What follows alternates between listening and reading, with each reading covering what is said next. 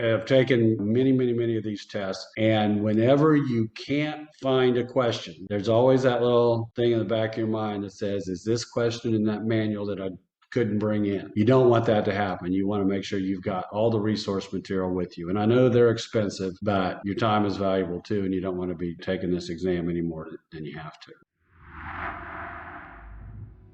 With these exams, a lot of people ask when they're not familiar with the exam, could you take the books into the exam? Could you have notes? What are some of the rules of the exam that people should be aware of so that they could take advantage of the things that they should be taking advantage of? Because sometimes people make the mistake of not knowing the rules, and that kind of hurts them in the long run. Now, are we talking about Florida specifically or in general? Florida specifically. Florida specifically is generally an open book test. On the business and finance, everybody takes the same business and finance exam. All contractors, regardless if you're doing plumbing or air conditioning, mechanical, general contractor, building contractor, everybody takes the same business exam and business and finance. And then all your manuals you take in with you, and it's open book. Now, there are certain things that we help guide you around, sort of like everything has to be in a binder. You can actually get to the testing center and they say, okay, your documents are not in a binder, so you can't bring them in. It can be an issue. Or maybe your tabs are incorrect, or maybe you've highlighted, or maybe you've written in your book. So these are all the types of things that will help. And you get feedback from other students that have taken the exam previously as well, which is always helpful. And for the most part, all of the manuals that they assign you, you can take in. Now, there are some exceptions to that rule. This was one of the things that surprised me because I got out of the business for a few years and I got back in. And when I got back in, I was very surprised that on your Florida general contractor, building contractor, and residential contractor now, there are about a half a dozen of those manuals that you cannot take in. So there is partially open book. It's about half of the manuals you can bring in and use, and it's open book. And then there's several other manuals that they say, these are good to study, but you can't take them in. Where previously those exact same manuals, you could take them in. With those three exams, the Florida General, Florida Building, Florida Residential Contractor, those are the only three that I'm aware of where there are some of the manuals that they recommend that you have, but you can't take in. As far as I know, all of the other contractor exams, all of the manuals that they recommend that you have, you can take in. And here's a great question from Steven regarding this topic is, with taking your books to the exam, are there any books that are not needed? What'll happen is there's always going to be some books that are more important than others. And that's another thing that we help you with. Let's say the Florida Contractor's Manual. I've always suggested to people, if you've got a little extra time and you don't know which book to study, that's the book you want to study. You want to study the Florida Contractor's Manual, especially with the business and finance exam. But if the manual was on the list, I would